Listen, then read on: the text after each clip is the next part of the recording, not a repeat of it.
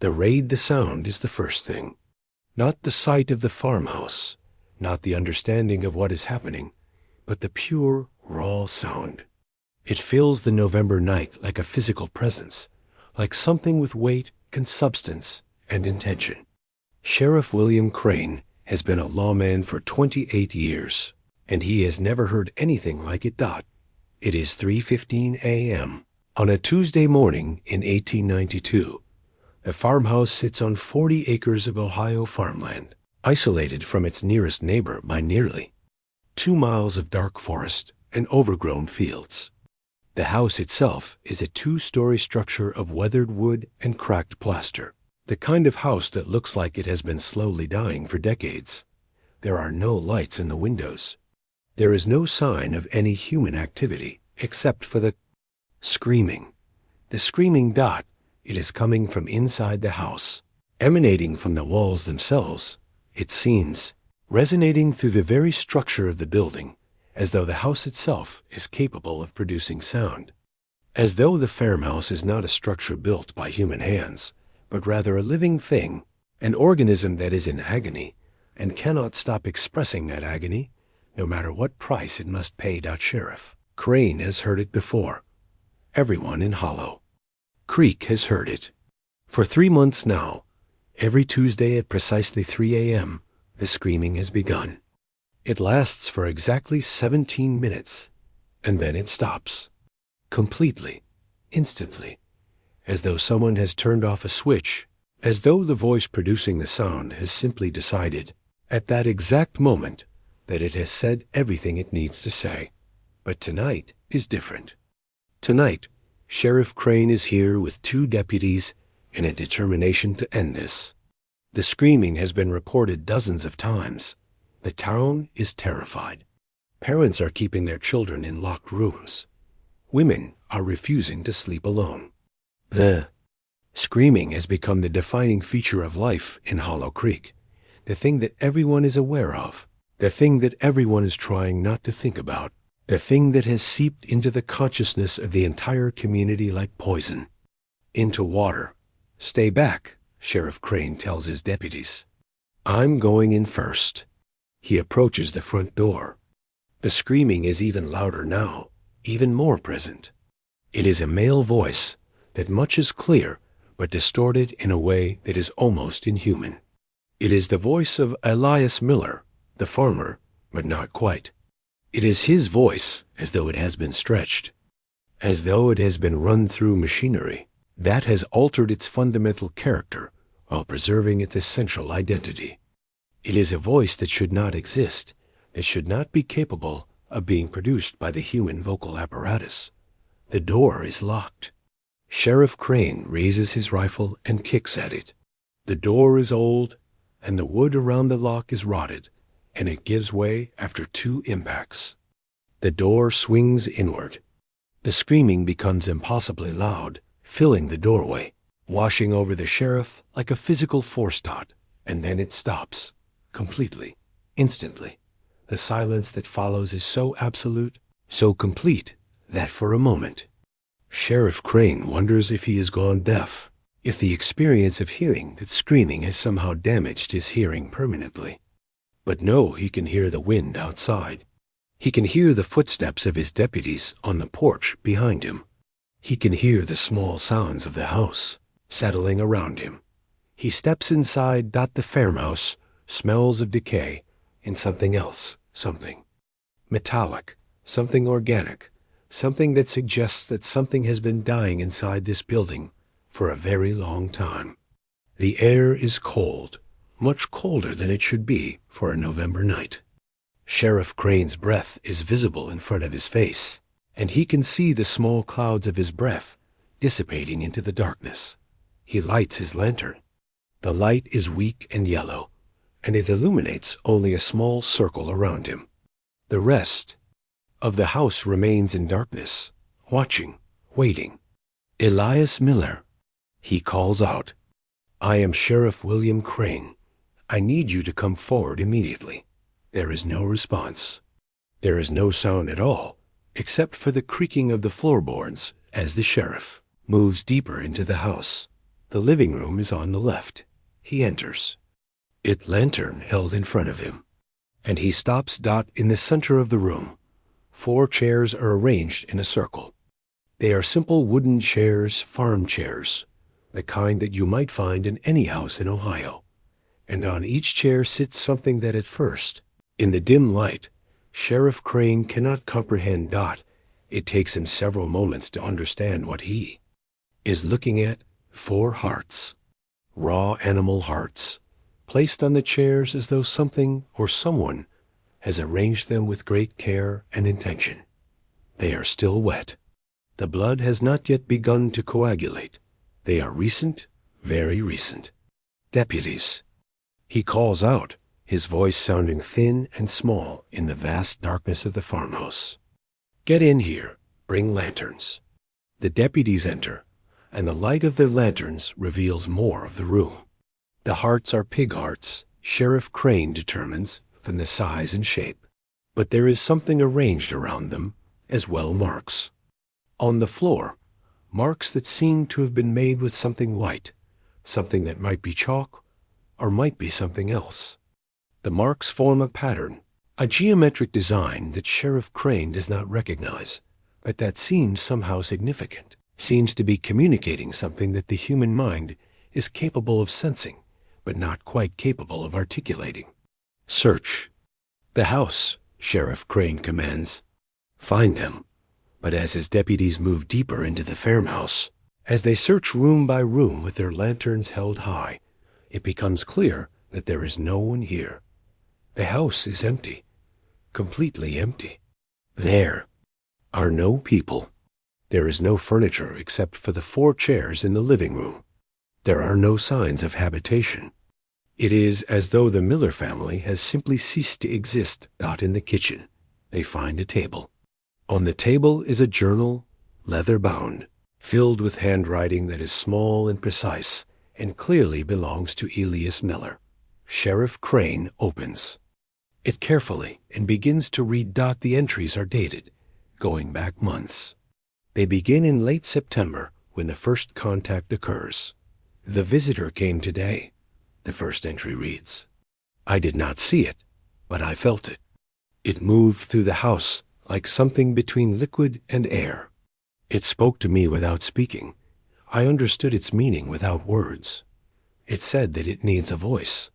It said that it has been waiting for a very long time. It said that it is hungry. The entries continue. They become increasingly frantic.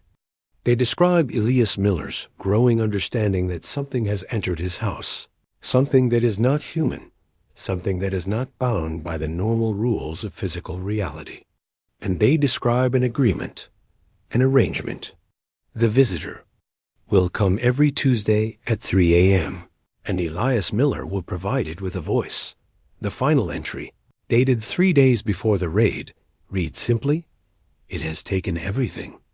I can feel it draining me, but I cannot stop it. I do not know how to stop it. And I am beginning to understand that I do not want to stop it. When it speaks through me, I am no longer myself. I am something else. I am something that is finally capable of expressing what has always been waiting inside me. I am finally, after a lifetime of being trapped in this body, being permitted to be what I was always meant to be. Sheriff Crane closes the journal. He looks at the 4 hearts arranged on the chairs. He looks at the symbols on the floor. And he understands, with a certainty that he cannot articulate, that he is looking at evidence of something that cannot be explained, something that does not fit into the categories of crime that he has been trained to investigate. The house needs to be burned, he tells his deputies. Everything in it. Burn it all. It takes 3 hours. By the time the fire is finished, there is nothing left of the Miller farmhouse except for blackened stone and ash. The 4 chairs, the 4 hearts, the journal, all of it is consumed by the flames. The symbols on the floor are erased. The house that has been producing the screaming for 3 months no longer exists. The screaming, however, continues. The Millers before the visitor 15 years earlier. The Miller farmhouse is new then, freshly built, the wood still pale and unweathered. Elias Miller is a thin man, 52 years old, with a kind of face that suggests he has spent most of his life trying not to be noticed. His wife, Catherine, is 7 years younger, and she moves through the farmhouse with the careful grace of a woman who has learned to occupy space without claiming any of it as her own. They have 2 children, James, age 16, and Margaret, age 12. Both are quiet. Both are pale. Both move with the same careful intentionality as their mother. The farm itself is small, 40 acres that Elias works with the help of 2 hired hands. The crops are modest but sufficient. The family does not require much. They attend church every Sunday in Hollow Creek, about 5 miles away. Elias leads the family in prayer every evening. Catherine maintains the house with the precision of a woman for whom order and cleanliness are the primary ways of expressing devotion to God. The children attend the one-room schoolhouse in Hollow Creek, though they are both advanced beyond their years in their studies and spend most of their time at the schoolhouse sitting apart from the other children, reading from books that their mother has brought from her family's library before her marriage. There is nothing visibly wrong with the Miller family. They are, by all accounts, exemplary citizens. They are pious. They are respectable. They are the kind of family that the community uses as a standard against which to measure moral rectitude. But there is something wrong beneath the surface. The neighbors can feel it, though they cannot articulate it.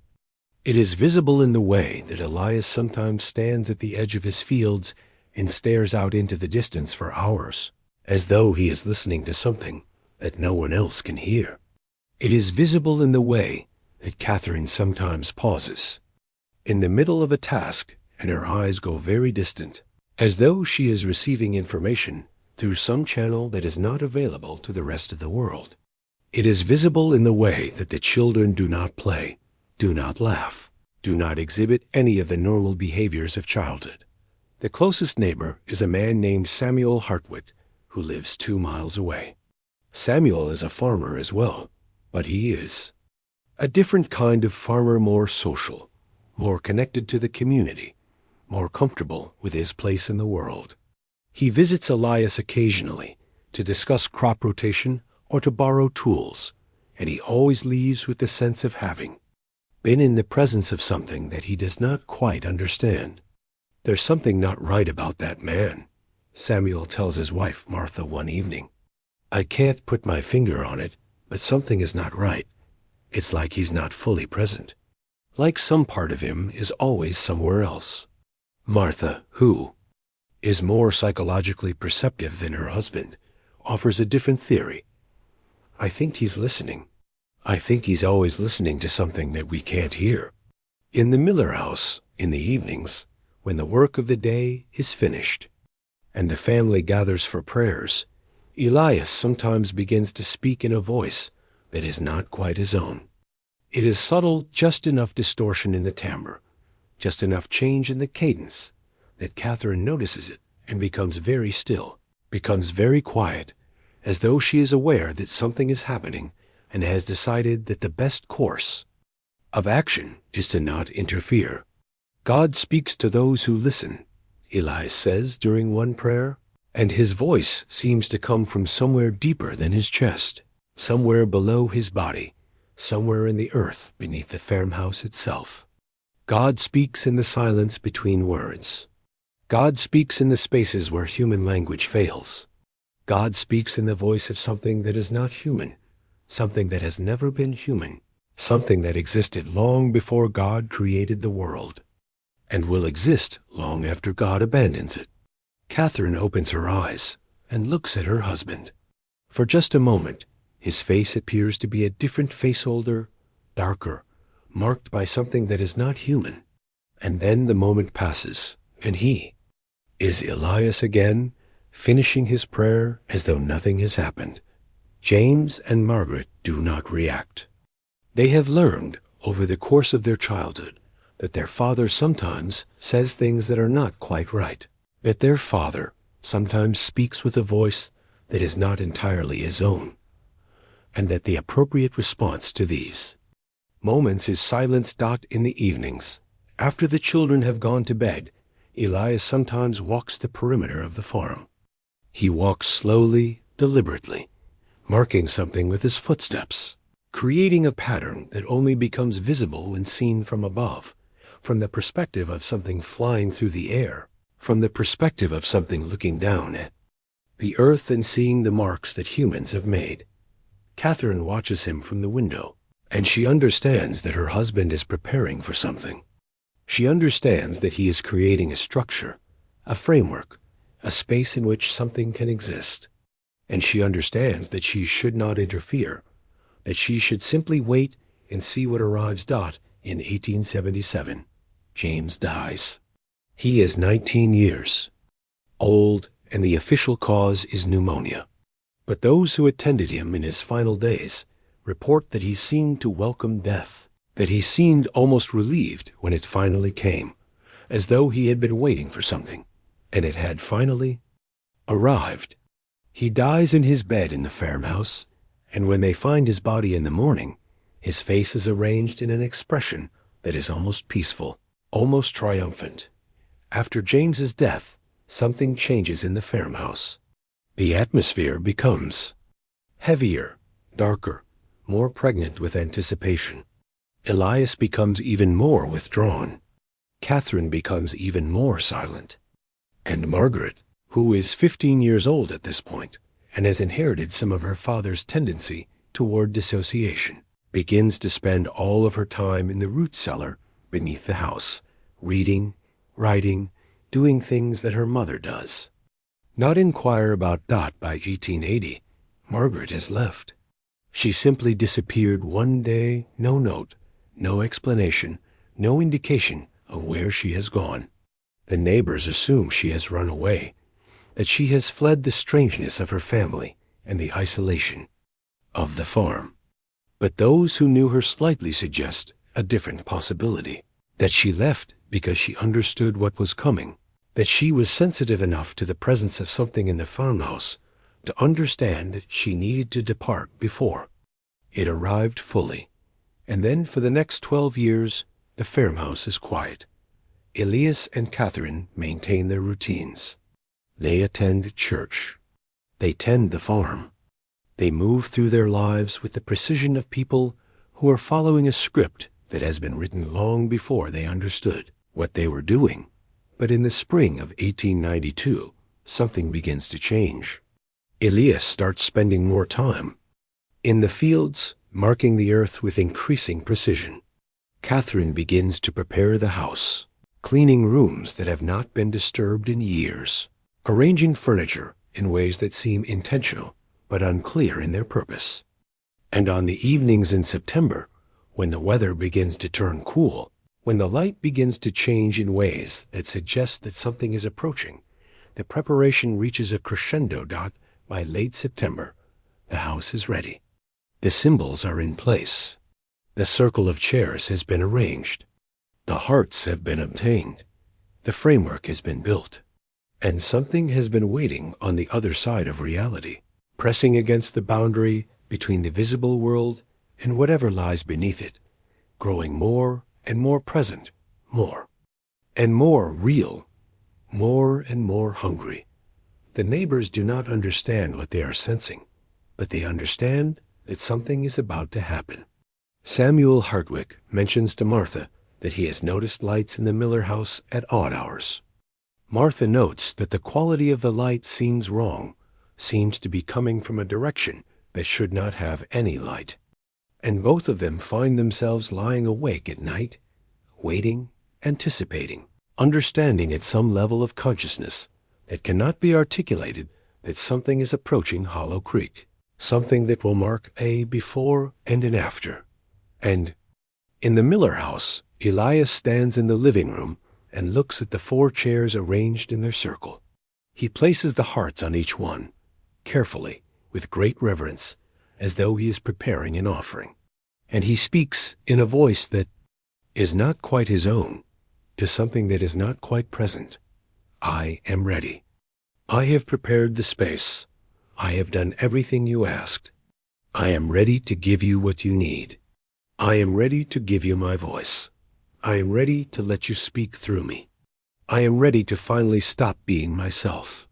And somewhere on the other side of the boundary between worlds, something that has been waiting hears his voice and begins to move toward him. The preparation and the dread November 1892. The first scream comes on the first Tuesday of the month. At exactly 3 a.m., Samuel Hartwick is awake. He has been awake every night, haunted by a sense of anticipation that will not let him sleep. When the scream begins, it jolts him so violently that Martha wakes and grabs his arm. What was that? She asks, though she already knows. They both know. They have been expecting something, though neither of them could have articulated what. It's the Miller farm, Samuel says. It's Elias. The scream lasts for exactly 17 minutes. Samuel times it, watching the clock on the mantel with a mixture of horror and fascination. And when it stops, when it simply ceases as though someone has turned off a switch, the silence that follows is somehow worse than the screaming itself. We should go, Martha says. We should help them. No, Samuel says. We should wait. We should wait and see what happens next. By the following Tuesday, others have heard the screaming. People in Hollow Creek have heard it. People who live miles away from the Miller farm. People who should not be able to hear something happening in a farmhouse on the outskirts of the community. The scream seems to carry farther than it should, seems to propagate through the air itself, seems to be so fundamentally distressing to the human ear that it cuts through distance and obstacle and reaches into the consciousness of everyone who can perceive it. The second scream is slightly different. It is longer, or perhaps it seems longer. There is a quality of desperation in it that was absent from the first. It is the scream of someone who is beginning to understand what is happening to them, someone who is beginning to understand that they have made a bargain that they cannot undo. By the third week, people are talking about it openly. In the church on Sunday, the minister mentions it from the pulpit, though he does not name the Millers directly. We must be vigilant, he says, against the encroachment of evil. There are those in our community who have opened themselves to darkness, who have invited the enemy into their homes. We must pray for their salvation, even as we protect ourselves from the contamination of their sin. But the screaming continues. Week after week, every Tuesday at 3 a.m., the voice emerges from the Miller farm. And each week, it seems to be changing. The first few weeks, it is recognizable as Elias Miller's voice, distorted but identifiable. But as the weeks pass, it becomes something else. It becomes a voice that is older, deeper, more alien. It becomes a voice that seems to contain multitudes, as though multiple entities are speaking simultaneously through the same throat. The neighbors begin to report physical effects. People who hear the screaming find themselves unable to sleep the rest of the night. Children wake in terror and cannot be comforted. Animals behave strangely. Cows refuse to produce milk. Chickens stop laying eggs. Dogs howl in response to the screaming, as though they are answering a call from something that they recognize, something that speaks to them in a language that predates human civilization. Samuel Hartwick begins to keep a detailed log of the screaming. He notes the exact time it begins, the exact duration, the exact qualities of the voice. He observes that the scream always begins at 3 a.m. precisely and lasts for exactly 17 minutes, no more, no less. He notes that there are patterns within the scream moments, where the voice modulates into something almost musical, moments where it seems to be attempting to form words, moments where it seems to be conveying information in a way that is just beyond human comprehension. It's trying to communicate, he tells Martha. I don't know with what, and I don't know what it's trying to say, but it's trying to communicate something. The screaming is not random. It's structured. It's intentional. By the middle of December, Martha is begging Samuel to do something. We have to report it. We have to bring someone. We have to end this. But Samuel is paralyzed by something that he cannot name. He wants to help. But he is also aware that he does not understand what he is dealing with, that approaching the Miller farm might be the worst possible decision he could make, that there are forces at work here that are far beyond his capacity to comprehend, or control. It is the town itself that eventually forces action. By January, people are talking about leaving. Families are considering abandoning their farms, packing up their belongings, and moving to the cities where the darkness of Hollow Creek cannot reach them. The town is fracturing under the strain of the weekly screaming, the weekly reminder that something is wrong, something is broken, something that should not exist has somehow forced its way into their reality. And so when Sheriff William Crane finally arrives, when he finally stands with his deputies and approaches the Miller farm on a Tuesday night in late January, he is not arriving as an investigator. He is arriving as someone who is attempting to save a community, to restore normalcy, to put a stop to something that has spiraled far beyond anyone's ability to manage it. But as he stands outside the farmhouse and listens to the screaming, as he hears the voice that emerges from the walls, he understands that he is dealing with something that will not be solved by the application of law, by the exercise of authority, by the simple business of arrest and trial and conviction. He understands that the screaming is not a symptom of crime. It is the manifestation of something that exists beyond the realm of human justice. And when the screaming stops as he kicks down the door, when the silence falls like a curtain, he understands that whatever was being expressed through that voice has accomplished what it intended to accomplish. The visitor has spoken.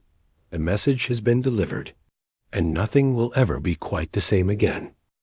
Which Sheriff Crane preserves before burning the house, provide the only clear documentation of what transpired in the Miller farmhouse between September 1892 and January 1893.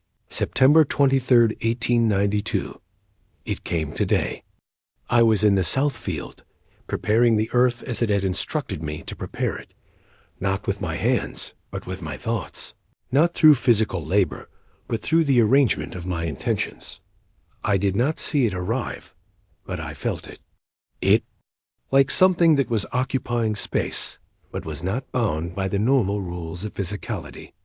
It told me not in words, but in concepts, in feelings, in understanding that simply appeared in my mind, that it had been waiting for a very long time. It told me that it has traveled between the spaces of reality, occupying the gaps, the cracks, the places where the visible world is thin enough that something can pass through. It told me that it is hungry. September 30th, 1892. The visitor has shown me what it needs. It needs a voice. It needs to speak, but it cannot produce sound on its own. It is tethered to the spaces between reality, and it cannot fully manifest in this world except through a human voice, through human vocal cords, through the machinery of human speech. It asked if I would be willing to provide that voice. I said yes without hesitation. I could not have said no. It was not truly a request. It was simply an understanding that this was what I was meant to do, what I was always meant to do. October 15th, 1892. Catherine knows. She has always known, I think. When I told her that the visitor had come, that I had agreed to give it my voice, she simply nodded. She did not seem surprised. She seemed to accept it as though it were the most natural thing in the world, as though she had been expecting this to happen all along. She has been helping me prepare. She has been arranging the space, obtaining the hearts, drawing the symbols. She understands that the visitor needs a structure in which to manifest, a framework that will allow it to speak through me without completely destroying me in the process. October 27th, 1892. I have been practicing.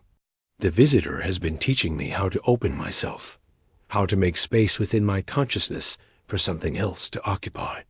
It is not painful yet, though I suspect it will become painful. It is only a kind of stretching, a kind of gradual expansion of the boundaries of what I understand to be myself. The visitor has shown me that the self is not a fixed thing, not a bounded entity, but rather a kind of fluid arrangement of consciousness that can be reshaped, rearranged, made to accommodate other things. I have begun to understand what I was. Before not a person, but a vessel. An empty space waiting for something to pour into it. The visitor arrived at exactly 3 a.m. I could feel it moving through the house like something between liquid and air. It entered my body, not through any physical orifice, but directly, moving through my skin and into my consciousness. It has taken over my voice, my vocal apparatus, my ability to form sound. And I have allowed it to do this. And it is speaking through me, and I am no longer myself. I am no longer Elias Miller. I am something else. I am a space in which something else is expressing itself. The screaming for it is screaming. I understand now is not something I am producing in agony. It is something that is being expressed through my body, and I do not want it to stop. I do not want to be myself again. I do not want to go back to the small, bounded, limited version of myself that I was before. I want to continue to be this vessel. I want to continue to allow it to speak. November 10th, 1892. The screaming is louder now. Or perhaps I am becoming more sensitive to it. I am aware that it is damaging me, that the power of the visitor's voice is tearing at the structure of my body, tearing at my vocal cords, tearing at the physical mechanisms that allow me to produce sound. But I am also aware that I am being transformed by this process. I am becoming something other than human. I am becoming a conduit, a channel, a bridge between the world of the visitor and the world that humans inhabit. Catherine is monitoring my deterioration. She takes measurements, notes the changes in my physical form. I am becoming thinner. My skin is taking on a translucent quality. My eyes are beginning to perceive things that human eyes should not perceive. I am transforming into something that is neither human nor whatever the visitor is, but something in between. November 17th, 1892. The visitor has told me what it is trying to accomplish. It is trying to create a permanent doorway, a permanent opening through which it can begin to inhabit this reality. It has told me that it is not alone, that there are others like it, waiting on the other side of the veil, waiting for someone. It has told me that every time I scream, every time I allow it to speak through me, I am making the doorway wider, making it easier for more of its kind to pass through. I am being a pioneer, a willing sacrifice, a bridge builder between realities. December 8th, 1892. I can barely speak anymore. My voice is not my own. Even when the visitor is not inhabiting me, my voice comes out distorted, altered, wrong. Catherine says that I am disappearing, that with each speaking the visitor takes more of me, that soon there will be nothing left of Elias Miller at all. I have spent my entire life trapped in this body, trapped in this singular consciousness, unable to express what I have always known to be true, that there is more to reality than what humans can perceive, that there are things waiting in the spaces between, that they are beautiful and terrible and demanding. And now I am finally being permitted to express that truth. Now I am finally being permitted to be something other than myself. December 22nd, 1892. Catherine is preparing for the final speaking. She has told me that the visitor is going to attempt. She has told me that I will probably die during this attempt. The final sacrifice, the final thing required to permanently alter the boundary between worlds. I have accepted this. I am ready. As I am caught between being human and being something else, unable to fully exist in either state, I am ready to stop being myself entirely. I am ready to become nothing so that the visitor can become everything. The final entry is dated January 23rd, 1893, the date of the sheriff's raid. The handwriting is so distorted that it is barely legible. It reads, "It is time. It is coming. Tonight, everything will change. I am grateful. I am ready. I am grateful." There is no murder to solve. There is no crime in any traditional sense. There are no perpetrators to arrest.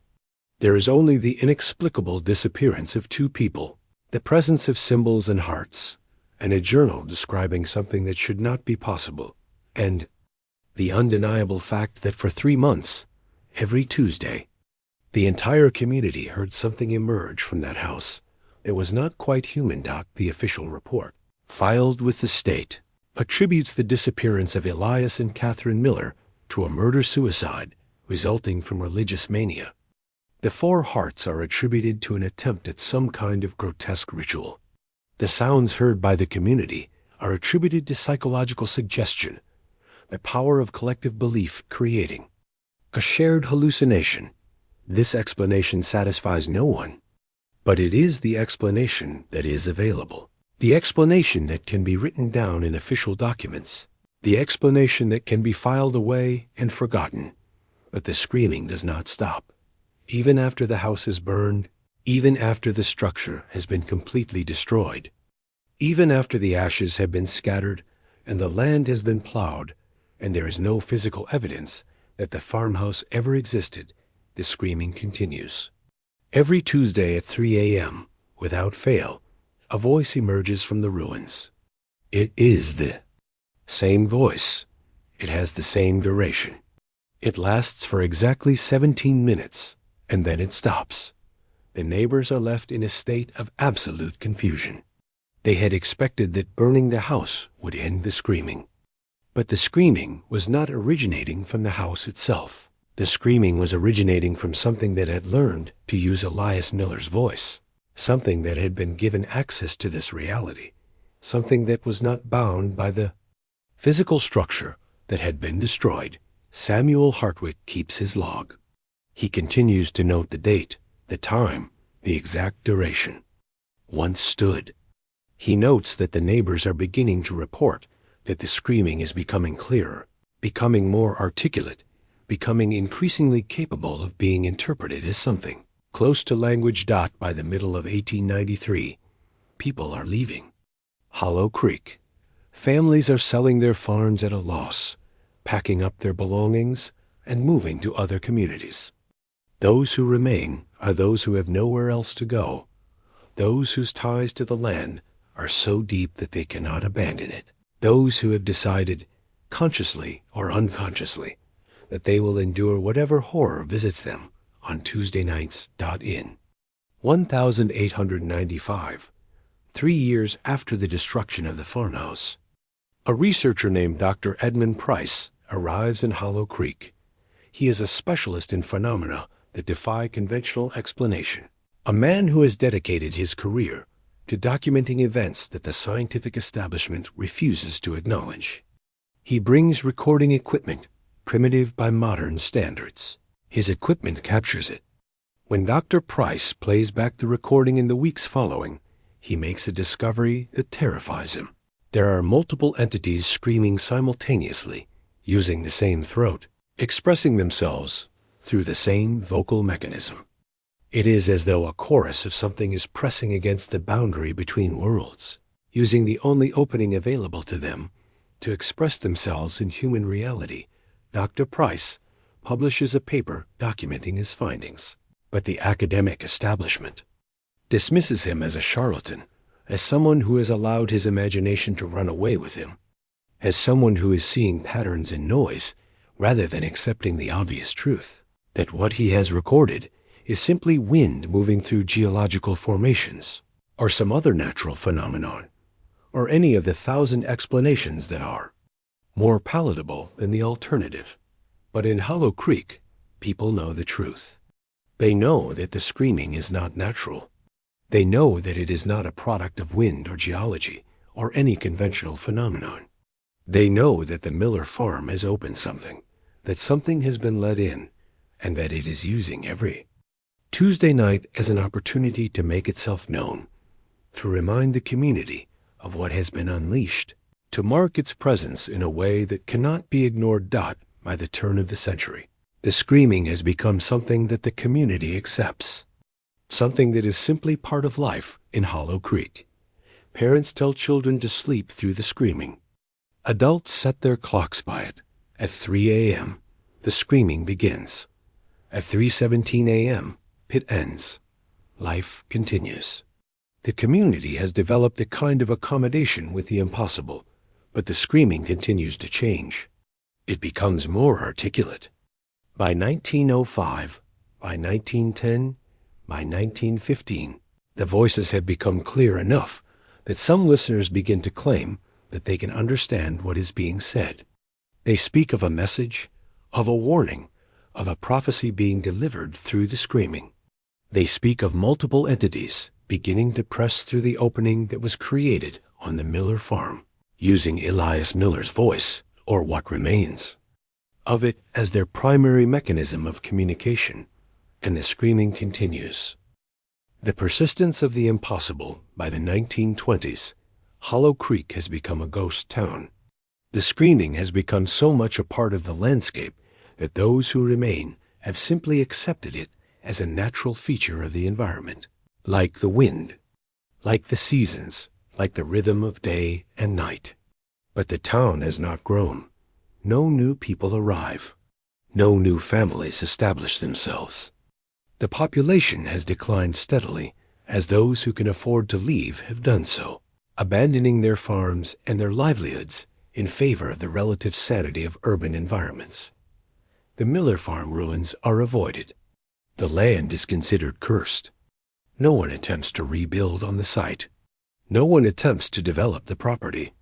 It simply remains an empty space, marked by the absence of the house that once stood there, marked every Tuesday night by the arrival of the screaming dot in the 1950s. A psychologist named Dr. Walter Brennan arrives in Hollow Creek to conduct research on community psychology in areas experiencing prolonged psychological stress. He documents the effects of living with the screaming. He finds that the residents have developed specific psychological adaptations. They have learned to sleep through the sound, to anticipate it, to structure their lives around it. He finds that many of them have developed a kind of Stockholm syndrome, a strange affection for the screaming, a sense that the weekly event has become part of their identity, part of what defines them as a community. Dr. Brennan attempts to leave the town before a Tuesday to escape the phenomenon, but he finds himself unable to do so. His car breaks down. His train is delayed. He finds himself inexplicably stranded in Hollow Creek on a Tuesday night. When the screaming begins, he experiences something that he will spend the rest of his life trying to understand. He hears in the screaming a kind of music. He hears structure, pattern, intention. He hears something that is attempting to communicate something specific, something important, something that demands to be understood. He stays in Hollow Creek for 6 months, conducting research, attempting to decode the message hidden in the screaming. And when he finally leaves, when he finally is permitted to leave, because the screaming seems to decide 1 week to allow him to depart, he carries with him recordings, notes, theories about what has been unleashed on the Miller farm. Dr.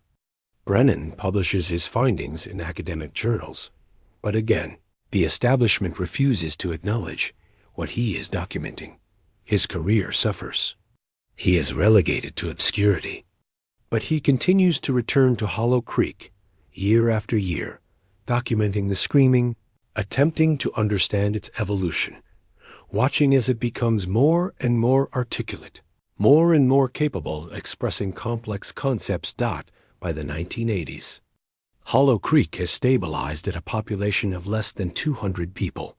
The screaming has become a kind of tourism. People arrive on Monday nights, seeking to hear the phenomenon that has haunted the town for nearly a century.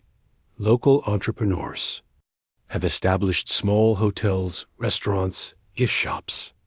The screaming has become commodified, transformed from a horror into an attraction, into a strange kind of point of pride for the community. But the screaming has also continued to evolve. By the 1990s, those who listen carefully report that it has become almost musical, that it seems to be composing something, that it seems to be building toward some kind of crescendo. The voices are more distinct now. The message is becoming clearer.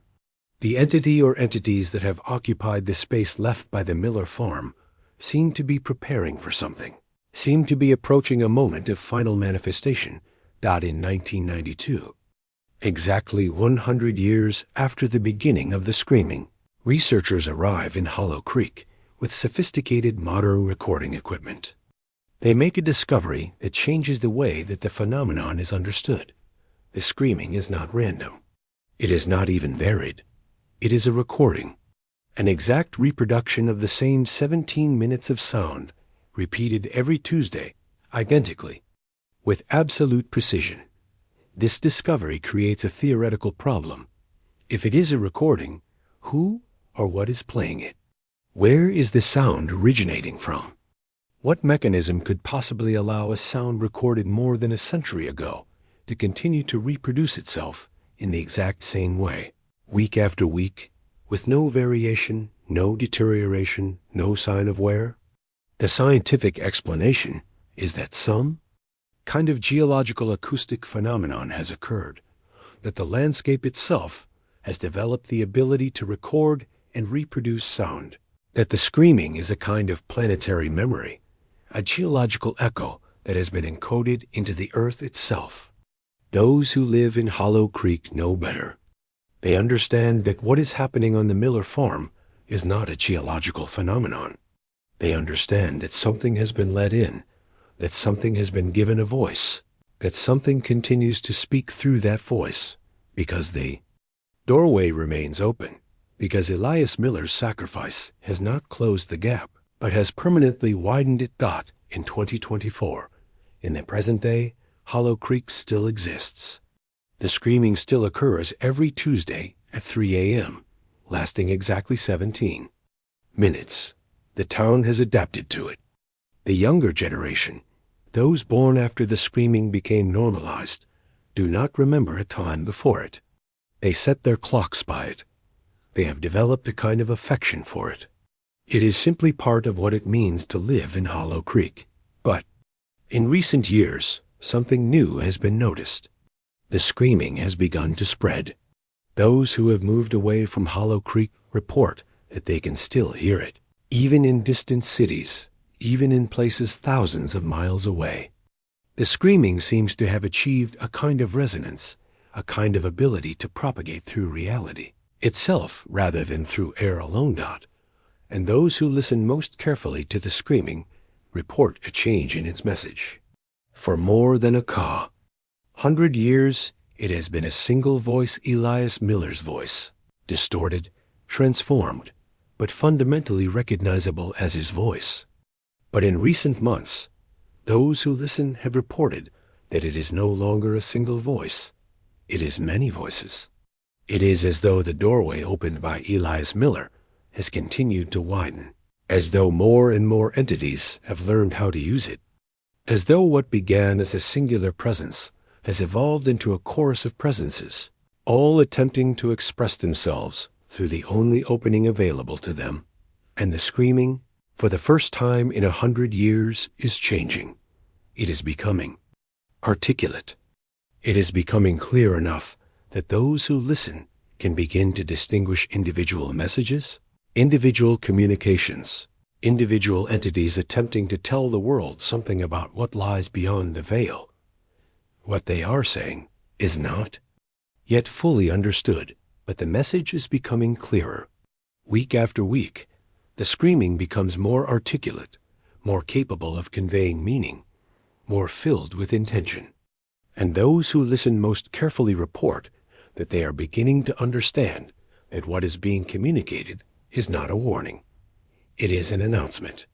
It is the declaration that the doorway is opening wider, that the separation between worlds is becoming more permeable, that the day is approaching when what lies on the other side of the Miller farm screaming will be able to fully manifest in this reality.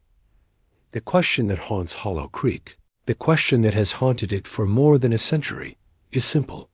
When that day comes, when the doorway opens completely, when the screaming transforms from an announcement into an arrival, what will emerge? And the answer, which those who listen most carefully have begun to understand, is that something is already emerging. It has been emerging week by week, Tuesday by Tuesday, for more than 100 years.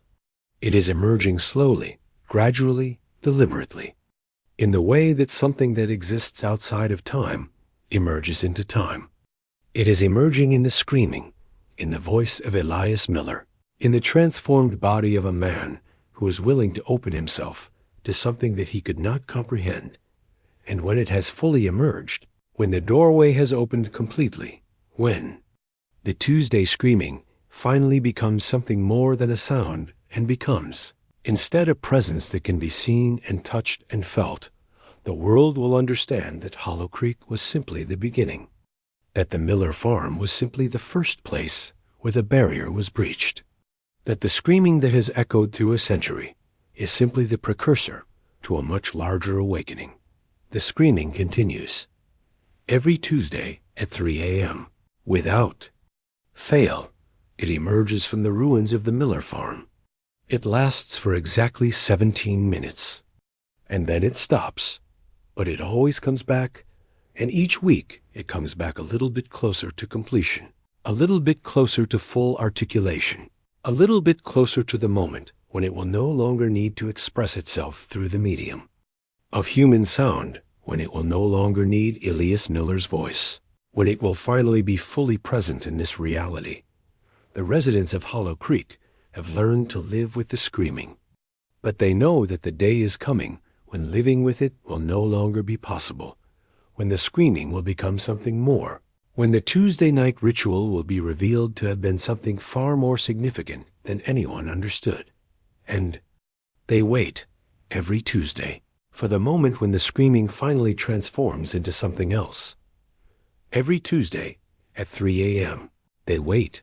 They wait for the doorway to open completely. They wait for Elias Miller's sacrifice to be finally, fully, entirely realized. They wait for the voices to arrive. In 2023, a team of acoustic engineers and paranormal researchers set up a permanent recording station at the ruins of the Miller farm. For the first time in over a century, the screaming is being captured in high definition, analyzed by modern instruments, broken down into its component frequencies and harmonics. The discovery is profound. The screaming is not a single sound. It is thousands of sounds layered on top of each other, speaking simultaneously, creating a kind of sonic texture that suggests that more than 1,000 entities are attempting to express themselves through the opening created by Elias Miller. But, more disturbingly, the researchers noticed that the voices are becoming more distinct with each passing week. By the final recordings of 2023, it is clear that individual voices are beginning to separate themselves from the chorus, that individual entities are beginning to articulate themselves with clarity and intention. One voice, captured on the recording, from December 5th, 2023, speaks in almost perfect English. The door is opening. We are coming through. Prepare yourselves. The separation is ending.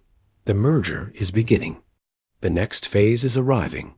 And then it returns to screaming, to the unintelligible chorus of voices that has been the signature of Hollow Creek for more than a century. But the message has been clear. Something is coming. The Miller farm has opened something. And what is on the other side is beginning to arrive. The screaming will continue every Tuesday at 3 a.m. until the doorway opens completely.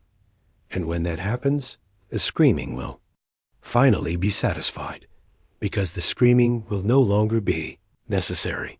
The presence will finally be visible. The Tuesday screams will finally have achieved their purpose. Visitor will finally be whole.